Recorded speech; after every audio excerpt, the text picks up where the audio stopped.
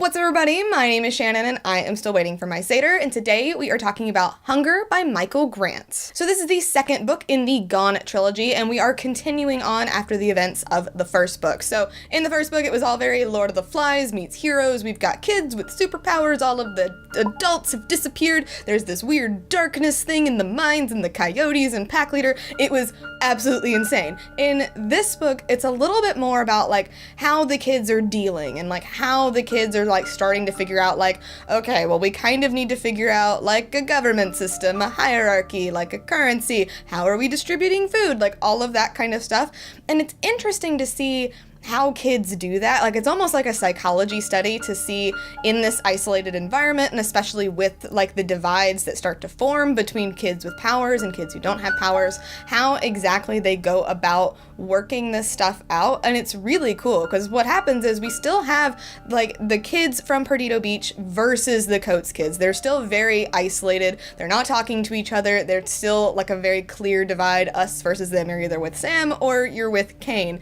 And down in Perdido Beach, things aren't going that great. Sam is a leader, but he really doesn't want to be. Everybody's bringing him all his problems. He can't get the kids to work or do anything or listen to him, and he's just really having a hard time because he's a kid too, and he doesn't want to have to deal with all of this stuff. He doesn't want to deal with the fact that they're running out of food and yet kids won't go and get food. He doesn't want to deal with the fact that there's like crazy animals that are mutating that are like keeping them from picking this food. So it's all really starting to weigh on him, and while he's having to deal with all of these minor issues, Kane is rallying again up at Coates Academy because he is infected by the darkness. He's been having these dreams and it's driving him to do things that he's not really sure like are of his own mind. And it's really interesting to learn about the darkness and what it wants and why it's starting to like reach out to these certain kids and like try to bring them into the fold and get them to do its bidding. And I thought that was really interesting. You really get a lot more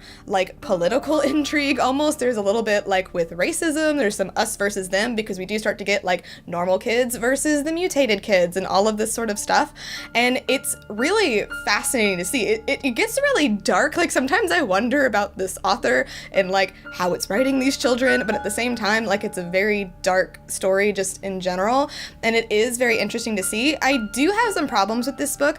I still think that there are way too many characters, and it does, like, the pacing suffers because of that. I understand why there are so many, because it's not just about the main plot and the main characters. It's about this situation, and it's about how all of the kids are dealing with it. So I understand that, but unfortunately, it weighs the story down because you don't know who's important and who isn't. You don't know who's going to come back later. You don't know what story threads are just there for like window dressing or if it's going to come back later on. It just makes things a little bit confusing, especially when you're listening to the audiobook, because I'm sorry to say it, but the guy who narrates it is very limited with his voice range, especially for children and especially for girls. So it gets a little bit annoying, and I do have a couple of issues just with how the author writes his female characters. It's a little bit weird and sometimes it's a little bit cringy, so that's just something that takes the reading experience down just a little bit for me.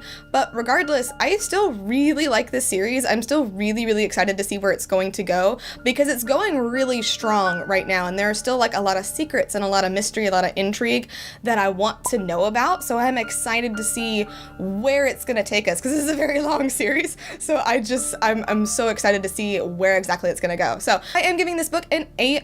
I would recommend this series, and like I said, it's getting really interesting, and honestly, I just can't wait to read more. But thank you guys so much for watching this video. If you liked it, be sure to hit that like button down below. Don't forget to subscribe so you can talk books with me every week. That is everything I got for you today, and I'll see you guys next time.